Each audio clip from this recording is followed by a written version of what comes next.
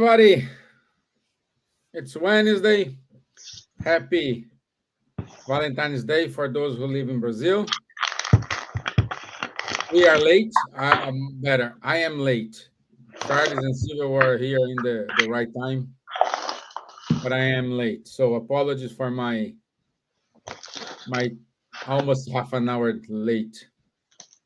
So today's topic is what happens to the soul after death. What happens to the soul after death? It's a great topic. I'm sure everybody is keen to know what's going to happen when you close your eyes. Okay, so good evening, Ms. Gibbons. How are you, my dear? I'm Hello everyone. Good evening. I'm very well waiting. I was beginning to be very concerned, but I'm glad that you made it and we all made it. Hello, Charles. And hello everyone who may be there, hopefully they're still there with us. And it's nice. So we should start soon because it's a very special theme to talk about. Nice to be with you all. Okay, thank you. Bonsoir, Charles. Bonsoir, Stevan. Bonsoir, Silvia. Hello, good morning, good afternoon, good evening to everyone. Apologizes for being late. I know what it is. I'm not active anymore, so for me it's easier. But no problem, Stevan. Don't worry. Let's do it even so, because indeed, Silvia is right. It's a quite interesting question. What Yeah, happens when we die? A lot of different ideas about the subject. So we will try to clarify the point of view and the findings of the Spiritist body of knowledge. yeah, good. Good. Let me share my screen here for today's video.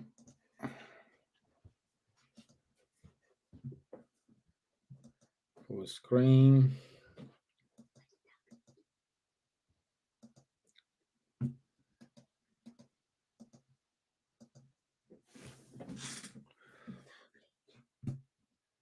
Mm-mm. At the time of death, there is something called deathbed coincidences. In these, the dying person, at the moment of death, because we've got data to support that, goes and visits somebody to whom they're emotionally connected. They have to be emotionally connected. And they give them a message. And the message, the way they give the message, depends on how the person who's receiving the message are. If you're awake, then you tend to feel the person's presence. You feel something awful may have happened to them. You have to contact them and find out what's going on. They very seldom give a message then. But if you're asleep, then you get a narrative dream. You're told a story. You're visited by the dying people, and they will say, I'm okay. Please don't worry about me. It's all right. And then they leave. So these are very, very reassuring to the family and the relatives. And then at the time of death and just after death, there are a lot of things which happen. People see light in the room over the time that you're dying. Other people see things leaving the body. Other people experience the fact that their clocks may have stopped at the time of death. So there are lots of things that many of them are quite local. Animals are very common in the dying phase, and birds particularly. And we've got a lot of stories of birds that seem to be carrying people who the relatives feel carrying the spirit of the dying person.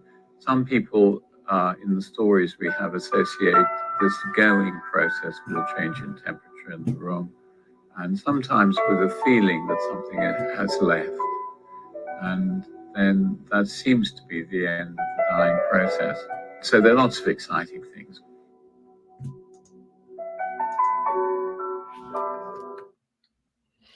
Okay. So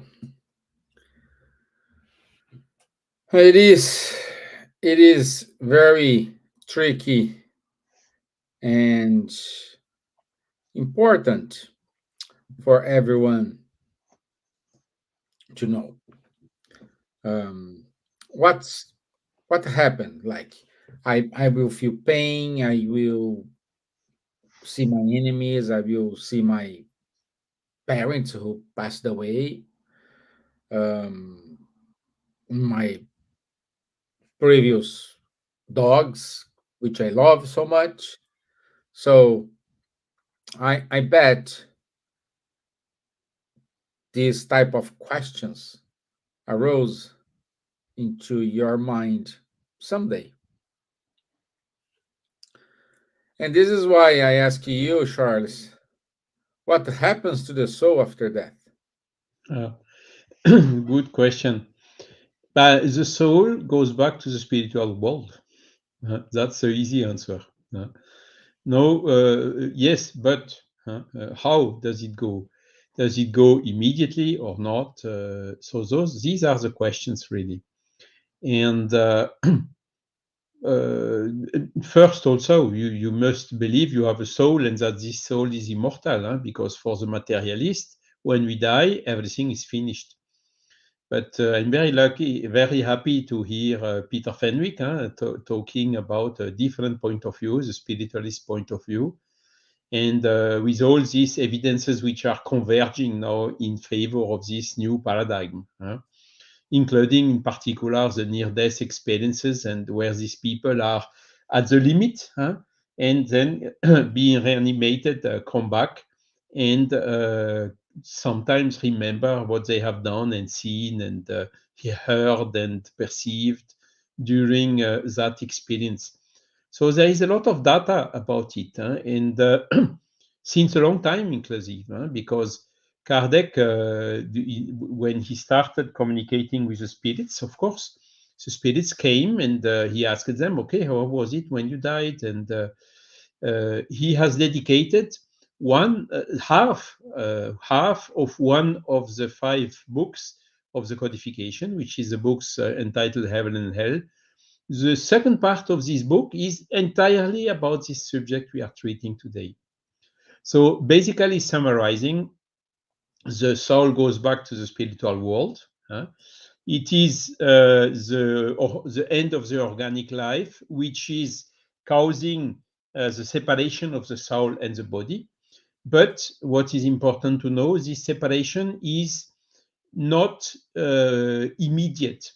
For some people, it is quite quick. For instance, the persons which had a long end of life period, with like a candle which is extinguishing like this, then the passage is smoother than when the person is surprised by an accident or a murder or something like this. Second point is it can take much more time, a period where we say, what is the English name for this? It's a period where you are like in a sleep. You don't know exactly, you are not very conscious of what's happened. And this period can take some minutes, some hours, some days, some weeks, or even some years, depending on the person. And what is then the key factor which is determining the duration of this period is how strongly bound you were on your physical body and on your earthly material belongings. Those are definitively factors which are making this separation process longer. And there is also one particular factor which makes it longer is in case of suicide. Case of suicide, there is still some vital fluid which is here and which jeopardizes or hinders the separation of the body, of the soul, the separation of the soul and the body. So that's it. But basically, what we can summarize is the as Kardec said it, the higher or lower duration or speed of disengagement of the soul to his body is proportional, and even the sensations that the soul is feeling during this process is proportional to the bounds which are still existing between the soul and the body, or between, to say it better, between the spiritual body and the physical body. Okay, and this is then making this separation process more or less difficult. But a person, again, which is prepared for this, as I said, a long agony period or things like that, the separation is generally quicker, provided this person was a good person, goes in peace with a quiet conscience, and this we can even see. Some people during these last moments, you see them very tense and very difficult, and some others are smiling, going really in full peace. So it's a sign also which on which we can detect or anticipate whether the separation was smooth and quick, or was longer duration and more painful for the soul. So that's a quick answer, Steven, to start up the discussion. That's a quick answer. Yeah, it is. And you, my dear Gibbons, Yes. what do you expect to see? Your beach, sunny, rest, coconut water, and someone said to you, "Welcome back, my dear. Yeah. Here's your resting place." Yeah, well, I think, Charles explained really well, but also not only people who have committed suicide, unfortunately, but also people who have gone through very sudden accidents and, died very quickly in an accident, or people who prisoners who go to death penalties, and either by injection or electric, whatever it is, those horrible things, they are in the same situation because they can't quite understand. They feel alive, of course, but they also see that they are dead. But I think there are all these things that Charles explained. But I think ultimately, I don't know how Charles feels about this. There is each person that is a way that they are going to go, because there are all these laws, because those are laws of nature. Everyone is going to go through them, but the way that each person reacts to that will be different. There are some people who are very, very spiritualized. It doesn't necessarily mean that, but there are people who do accept that there is a life after death, that there is a different world that they can go to. They spiritualized themselves. So they see this life as a passage.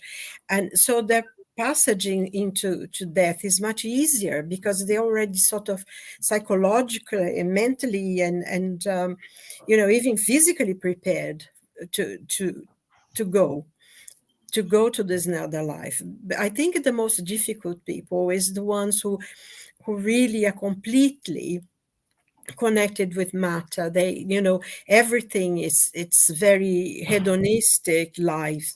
There is pleasures, is the pleasures of the flesh, the body, the enjoyment, and they tend to suffer more, of course, because their connection with the physical body is so strong, or people who don't accept that there is a life after that once you die, everything is finished and is over. And I always find this concept actually almost unbelievable that people actually believe that, because whether they accept or not, they are human beings. They have been reincarnated, not only in this life, but in many lives.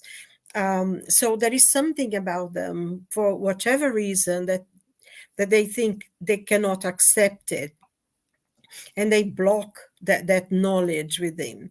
But they, they feel, for whatever reason, they do think that life is finished, and for them this is very, very difficult, because one of the big problems with people who very materialistic or very hedonistic in their lives, and pleasures, and want to be, they will find very hard to let go of the body. And that can cause quite a lot of suffering for the person, in consequences and everything. But we have to understand as well that the death itself, I think they say that dying is easy. The discarnation is complicated, takes a long time. And, Yeah, it's like, sorry? I like that. Yeah. It's like, Charles was explaining. For some people, there are people, and we read this in the Chico Xavier and André Luiz books, that they are. I remember one of the stories of this lady. She, she had a very good life. She lived a life of the earth, but she was very spiritualized. She believed in God. She believed that life continues.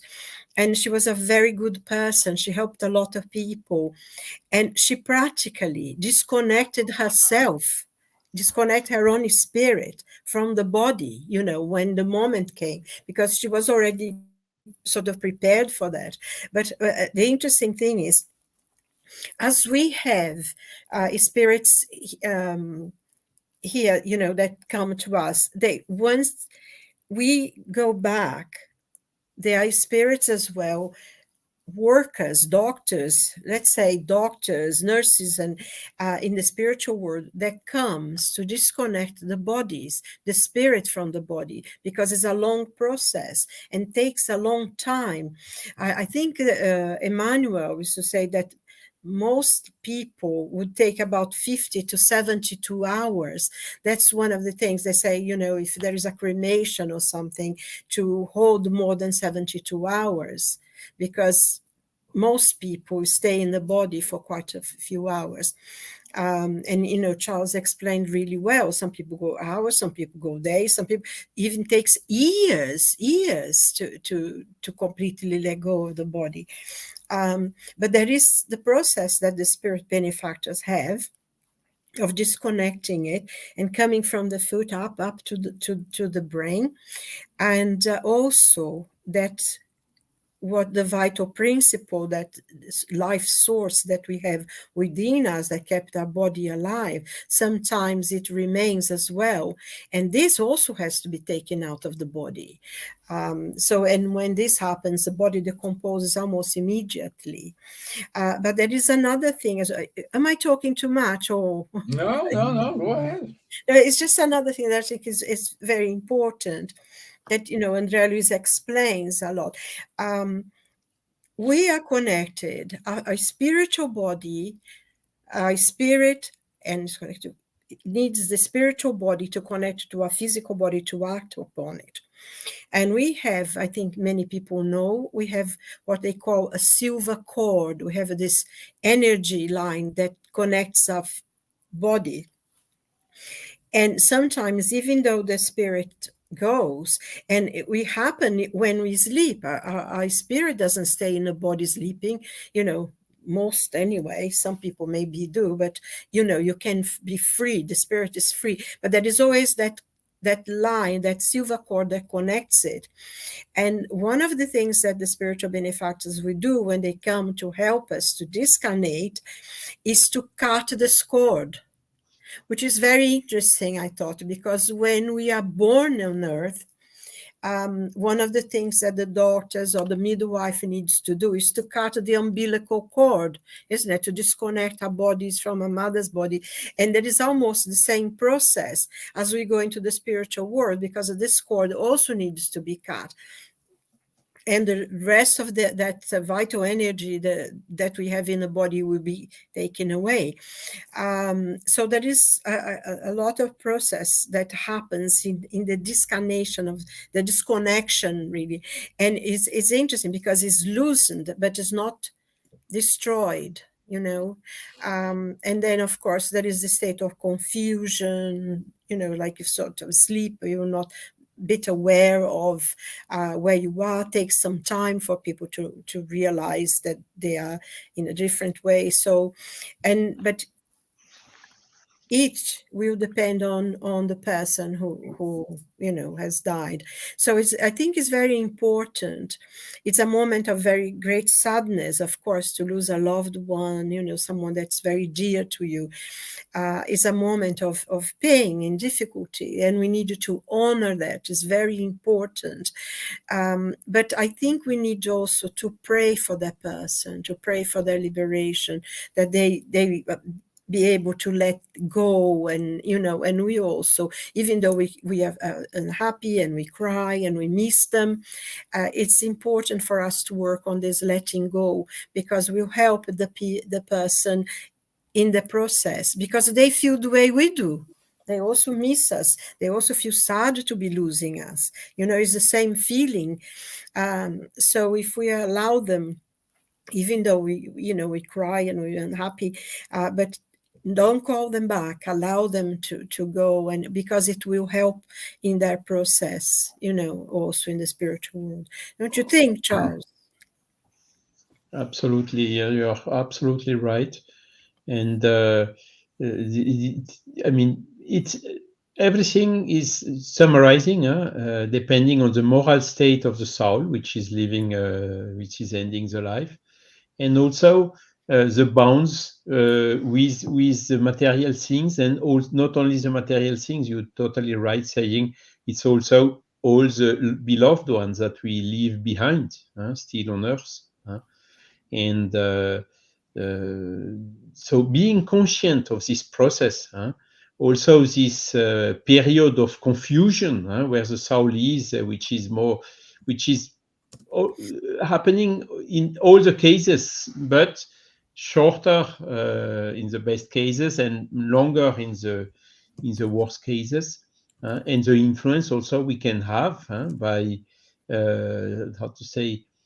We can see it there are some examples. I talked about the second part of the Heaven and Hell book, but there is also this spectacular movie, No Solar, Spiritual Home, from Chico Xavier, which gives one example. How was the passage of André Louis after his death, and we have seen that it was not so immediately going to a good state to No Solar. And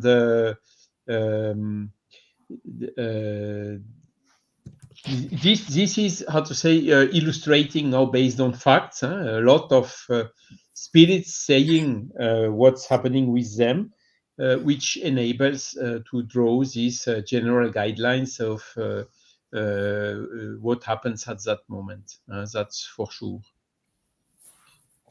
Yeah. I think there is a question. Yeah, we have a question here from Erica NG. By the way, good evening, Luvian. Erica, first of all, Erica says, hello, everyone. Thank you for this time and sharing this important topic in Spiritism. And her question is it possible to dream with the person who passed recently, or more common later in time? I think, Charles, come to my mind that I think it's Didier who passed away, and a few hours later they invoked him. Yes, Didier, which was a publisher of Kardec's books, He Yeah. passed away, and not only Didier, also Mr. Sanson, and Sanson. also Mr. The one from Brussels. The name is escaping now. Jobard, Mr. Jobard. So in all Yeah. these cases, they asked specifically, please call my spirit as soon as you can, as soon as you know I'm dead, call the spirit. And the first, and Kardec did it. He fulfilled the will of them. And the first contact was showing this period of confusion. But then the second one, some hours or even a day later, in particular for Mr. Jobard, was much clearer. So it was a clear, he got fully conscious of what happened and said all his happiness for having been freed from the physical body, which was so painful for him during the end of life. So to answer to the question of Erika, yes, this can happen. So we can dream with a person who passed away recently. If it is a person who is in a state to recover his conscience, his spiritual conscience, let's say so, quite quickly, to having a quite short period of confusion, yes, you can dream quite quickly about him. And what means to dream about a person who passed away? Most of the cases, it's a real contact between our soul, which is temporarily out of the body with the silver cord, as Silvia told, during the natural sleep, and the soul who passed away. So it's a real meeting on which, when we wake up, we can keep some remembering. But there are other cases where the people do not dream about a person who passed away recently. And there can be several reasons for that. One of the reasons can be this period of trouble, which is longer. When you look the movie No Solar or you read the book No Solar, Spiritual Home, clearly André Louis passed 4 or 5 years in a difficult situation where he could not even be called as a spirit, or where he could not even meet the spirits of his wife or his daughters during their sleep. So if this period of confusion is longer, then of course the real dream, the real encounter between our soul freed during the natural sleep and the soul who passed away can happen only later. So it's a case by case that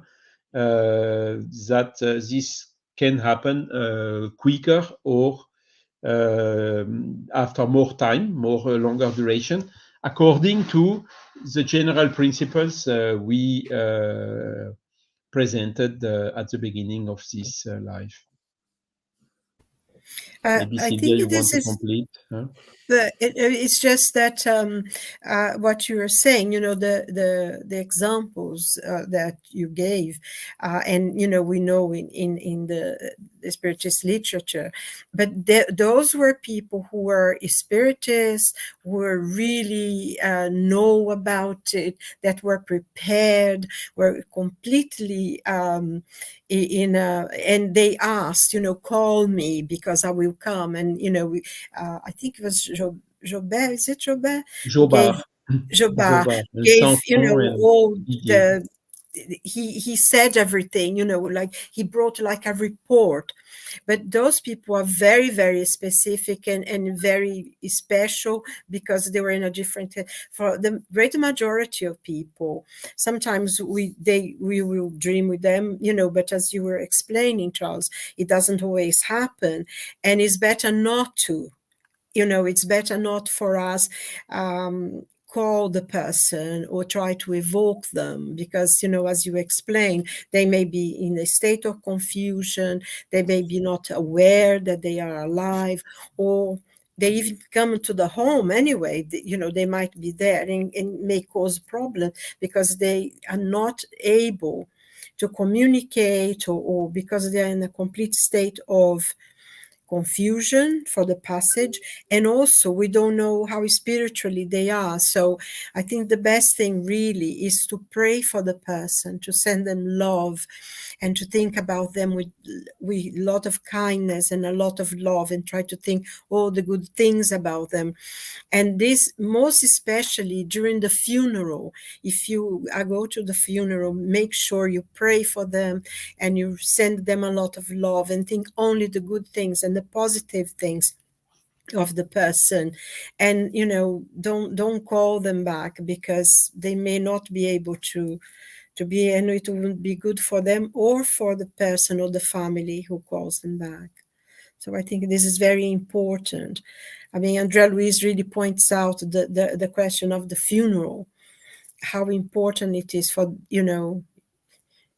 to think positive about the person, to say good things about them, because they might be present and listening to it. And if not, you can feel the vibrations and the energy of the positive things that comes or not. So it's a very important thing.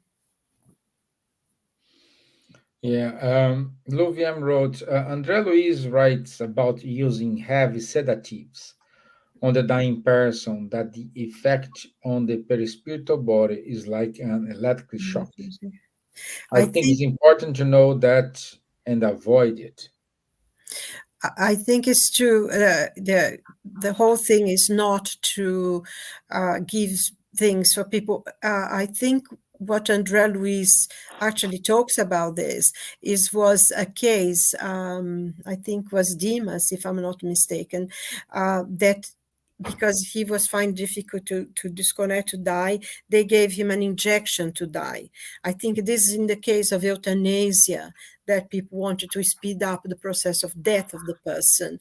And this can cause a lot of trouble in the spiritual body, perispiritual body. And I think that's a very important point, Lou, that you made for us to remind us. But, I think this subject is so incredible, is so important, and there's so many views of it, that maybe we could have another meeting another time, and coming back again to the life on the spiritual world and everything. But this is very important, and I think the point that Lou made, that Andrea talks about, Andrea Luis talks about, is to avoid trying to speed up the process of dying in people, that it needs to take its course.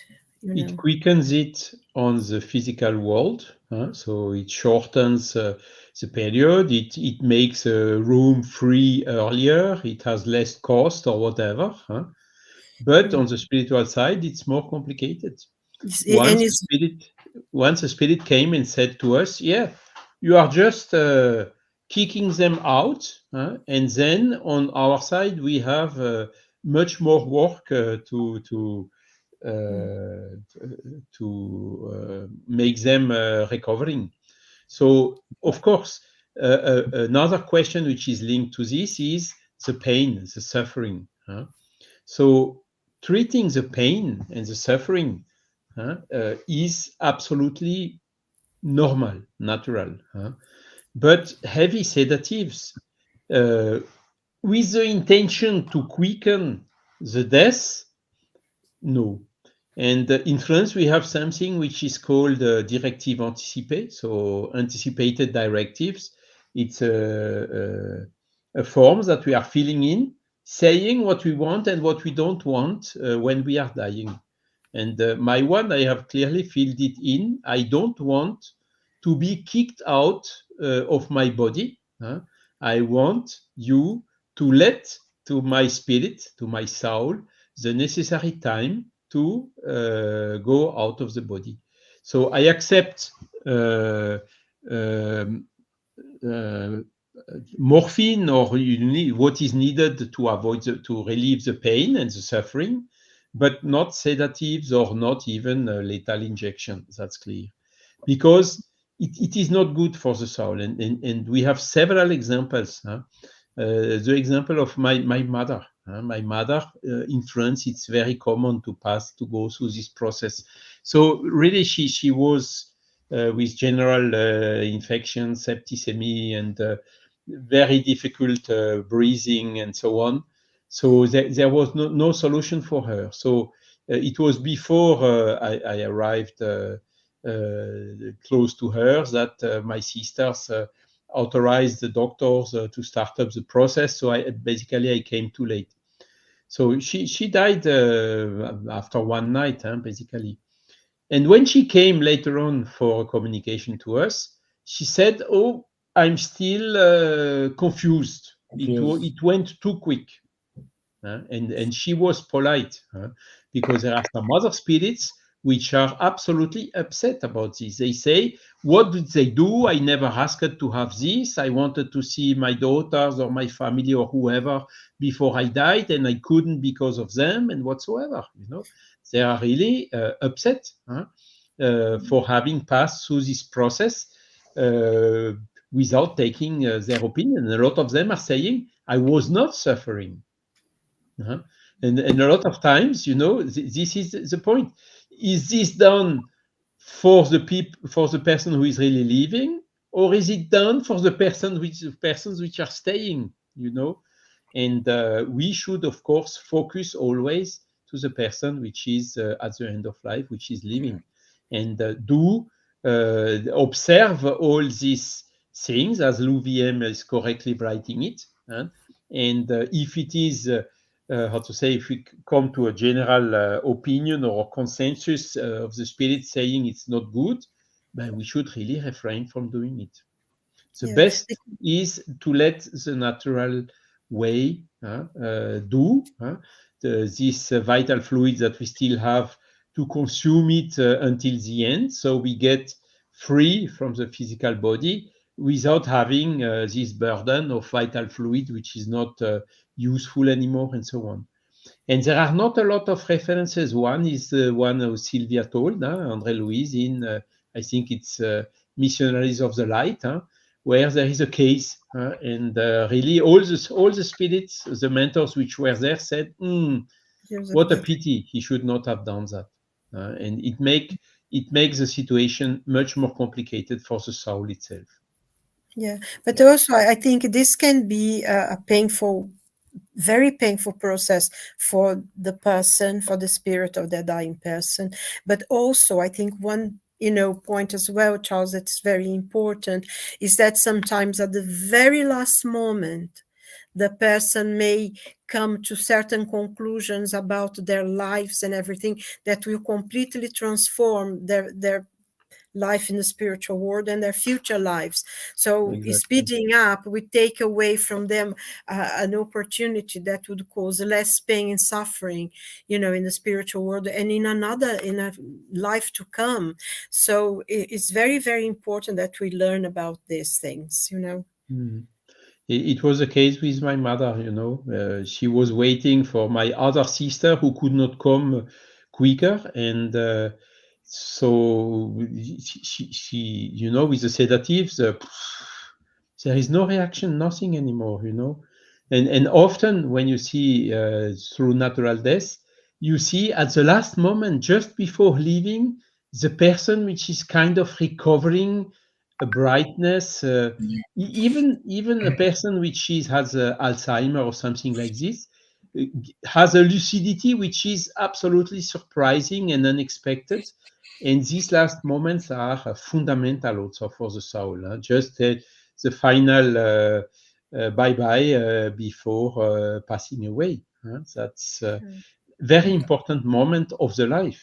And this is completely blocked by these heavy sedatives. Yeah, I think that Hita is asking a question. Yeah. But I think, like we said, it depends on the person. Some Put the people, question on the screen, Stevan. Yes. yes, So Someone everybody is has able to follow. someone who has passed away on motorcycle accident is able to wake up fast at the spiritual life. in the spiritual life. Yeah. Well, It's a good question. We talked a little bit about it. Accidental death generally takes the spirit by surprise. The spirit is not prepared to pass away, so it will always take a little bit longer. Nevertheless, the general principle apply as well.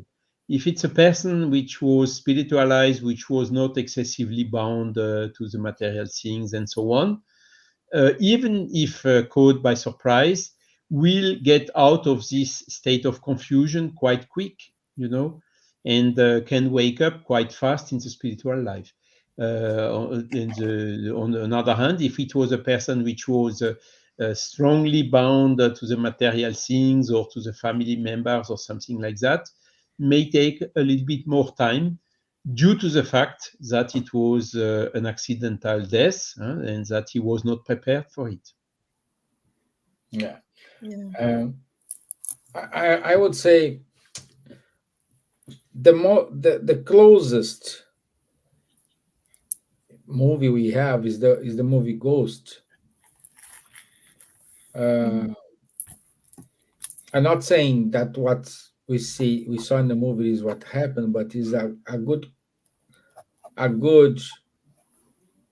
benchmark for us, because the good guy at the end, he died in an accident, for example. He didn't finish there's still things open to do, but after finish he saw the light, like Dr. Peter said at the beginning of the video. But the bad guy, when he passed away, he was taken to different zone. Again, we will go back to what we always say here. Depends how you're vibrating, how we are, how you're dealing with people. It's kind of a test. So the test is your life. At the end, we're gonna judge what's gonna happen. How you treat the people, how you behave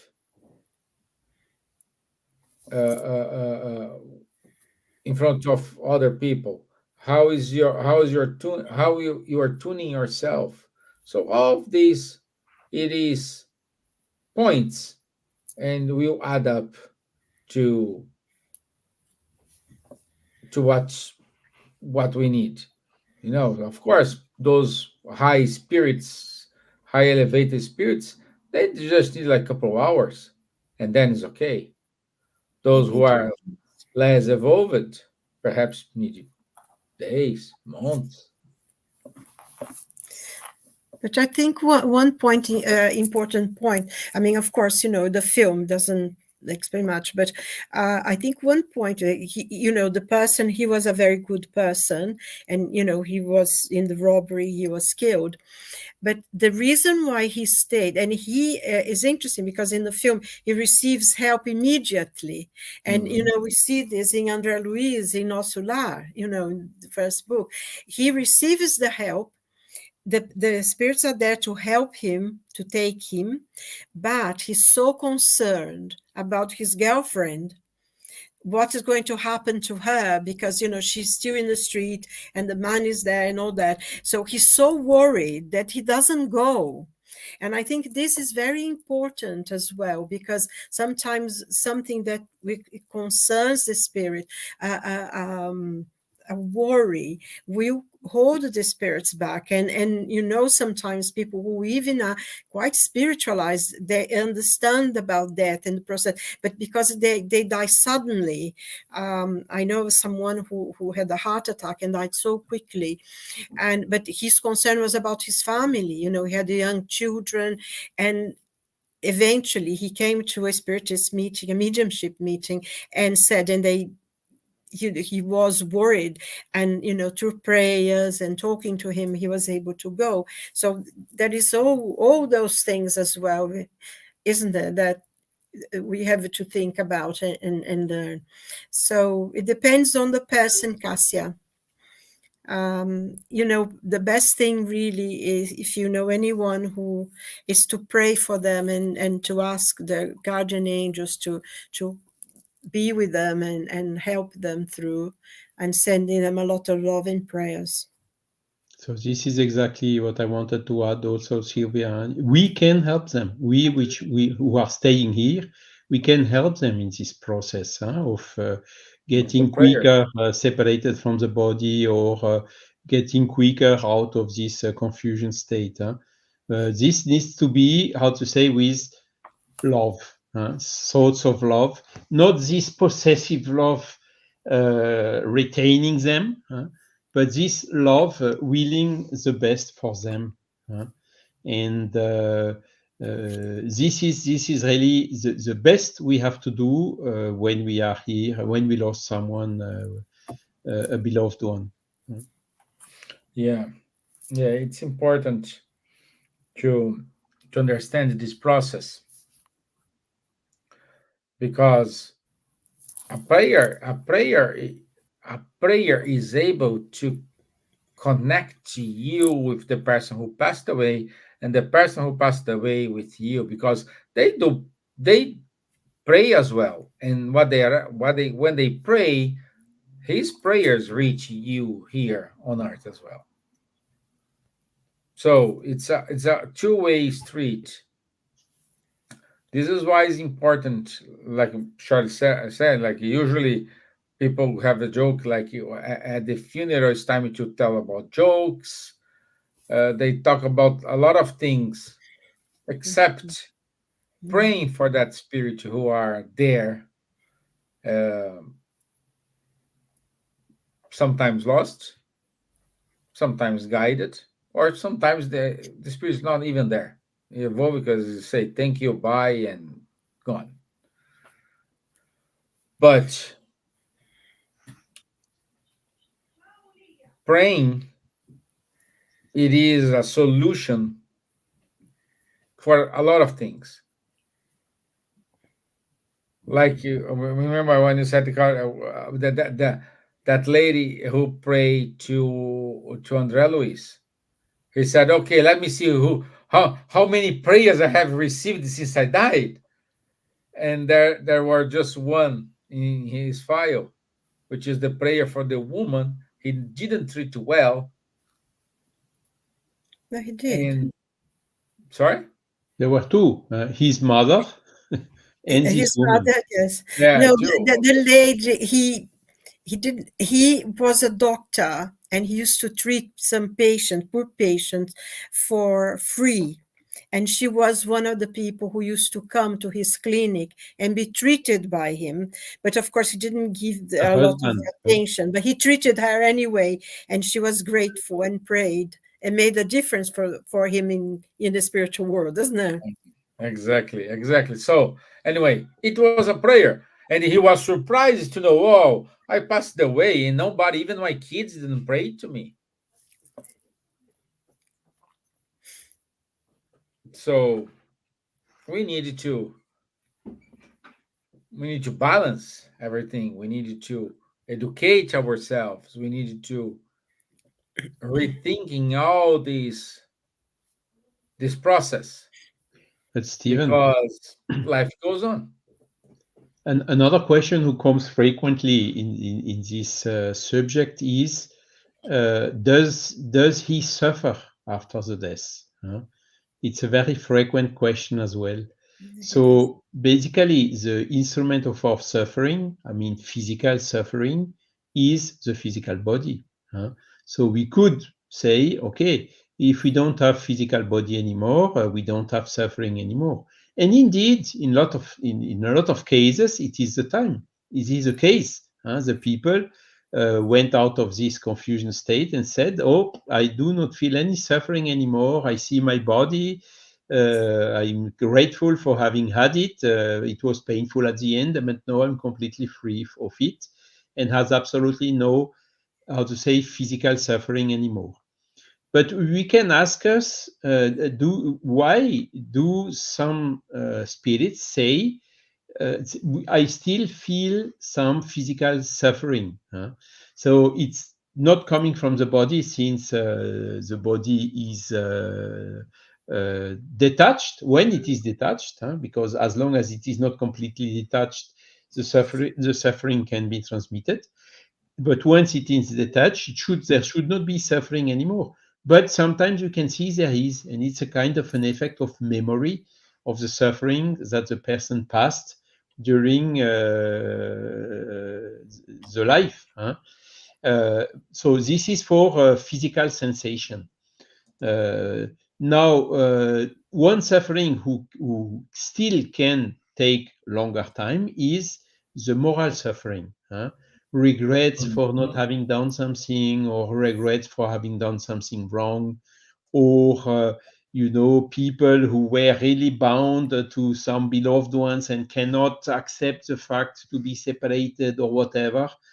This type of mind state is also bringing some suffering to the soul. But as you told, in the natural process, the smooth process is a very short confusion period, and the other one is I love you all, thank you so much, and bye bye. And this is also something which I would like when the day I will die.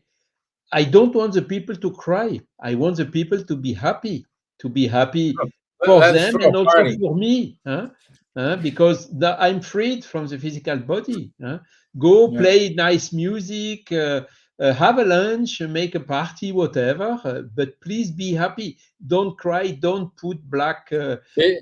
suits and whatever. Put some colors or white or whatever you prefer.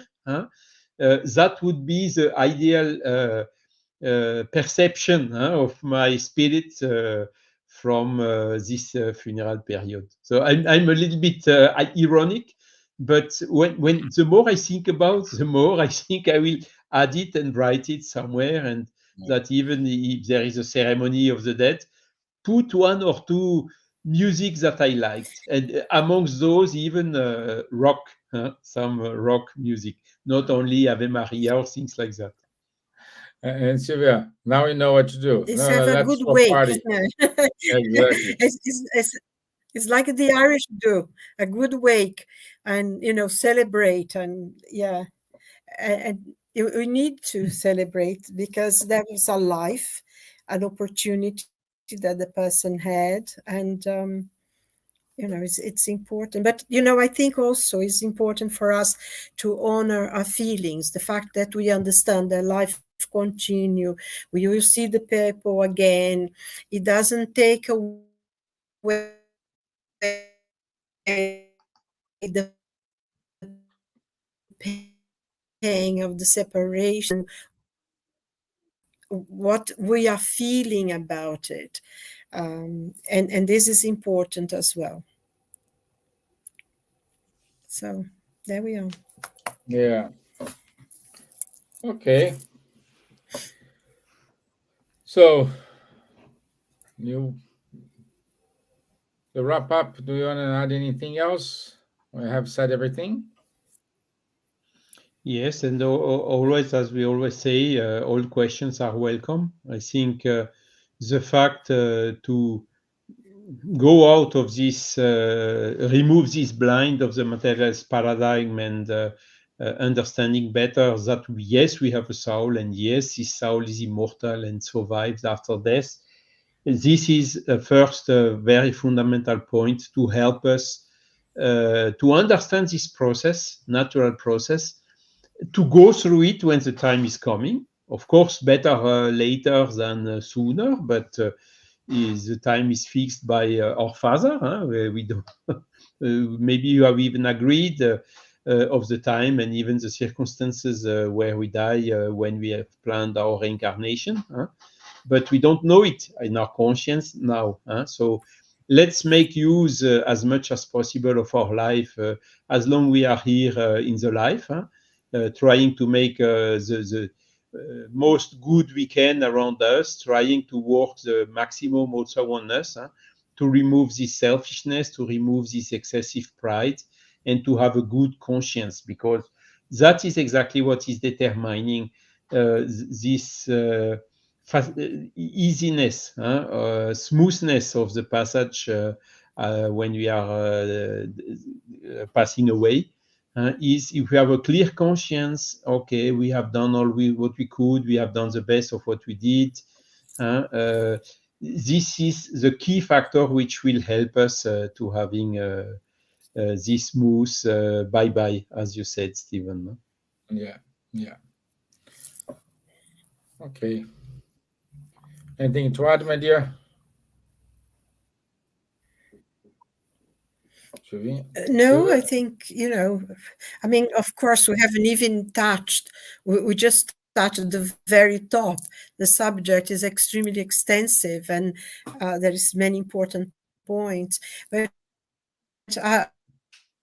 I think if anybody would like to send us questions. Yeah. Okay, I think my internet is bad. I think Silvia's. I can hear you well, Stevan, but Silvia is with some interruption.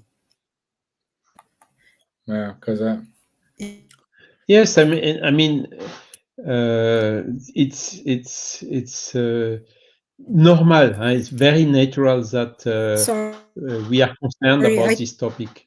Thank you. And I don't know if I froze because you froze. No, she won't. Yes, I think it's a connection problem. Because one thing, as I always say, we are absolutely sure with 100% probability that sooner or later we will go through this. So I think Nobody knows time. It makes sense to try to understand a little bit better about it, because we will go through it to prepare ourselves.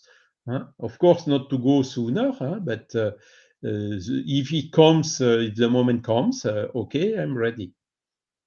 And this is also something which is very important, because once we know, we don't fear the death anymore. We can maybe have some concerns of suffering, of things like that.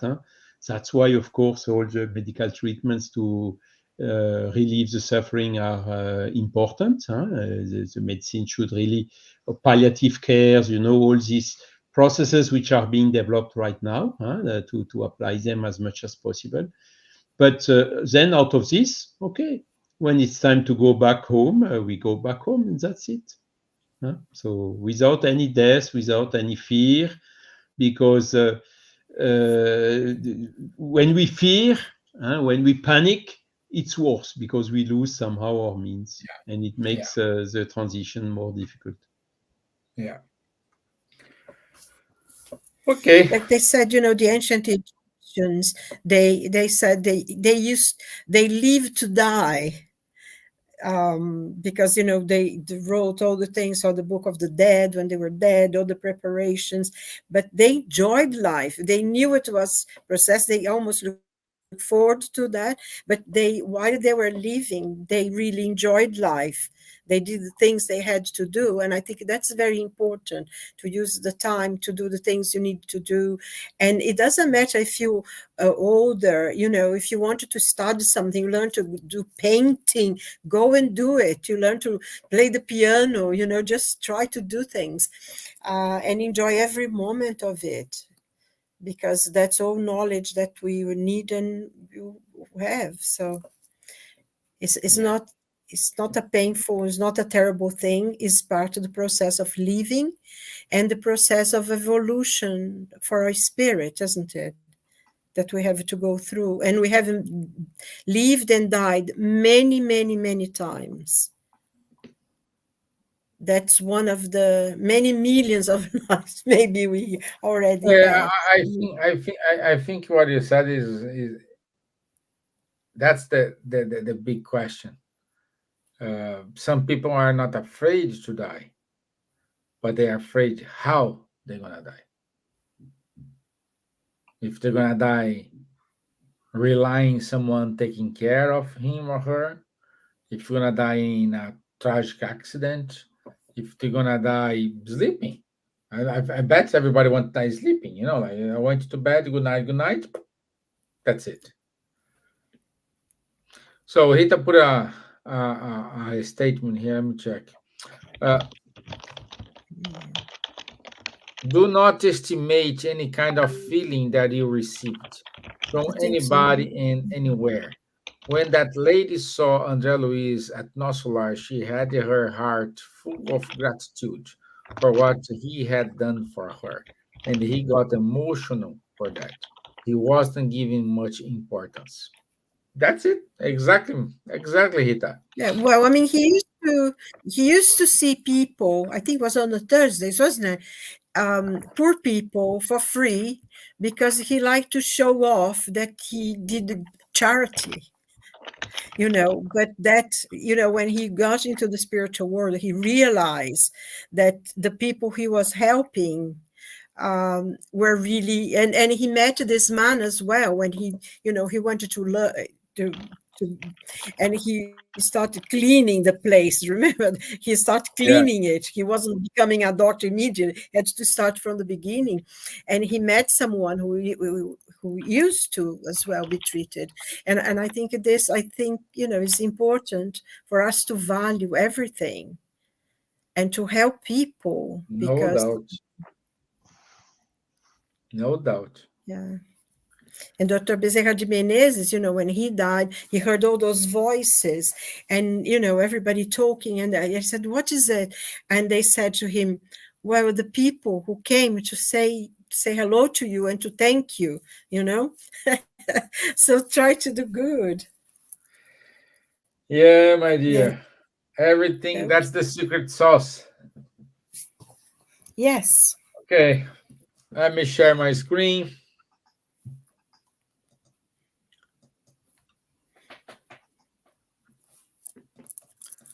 So next week,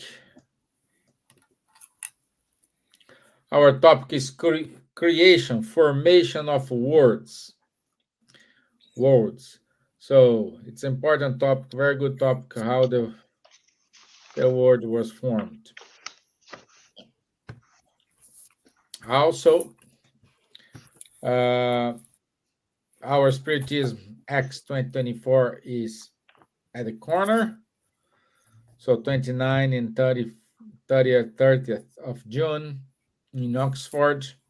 So if you don't have your ticket, please book your ticket with kardec.org.uk group. It's 2 days. Our Camille Flamirão series is going on. Rafael Caldas this Sunday did a wonderful job. And also I saw something from you, Charles. You published something from Camille Flammarion, don't you? Published? Yeah, Yes, I I saw make. something on Facebook. You put something from Camille Flammarion. Yes, I was talking about Camille Flammarion also in the Instituto Brasileiro de Cultura Espírita, the Brazilian Institute of Spiritist Culture in Rio de Janeiro recently. But it was, I mean, a kind of a summary in Portuguese of what I did in English beginning of the year. Yeah, because I saw something from you. That's why I'm saying cool. Okay, good. And always discovering more things about. So when we are searching, we are finding. We just know the top of the iceberg. Exactly. Yeah. So, Spiritism Magazine it's up and running, and also keep listening to radio. So, thank you so much, everyone, for your time, for your patience. Thank you, Rita. Thank you, Lou.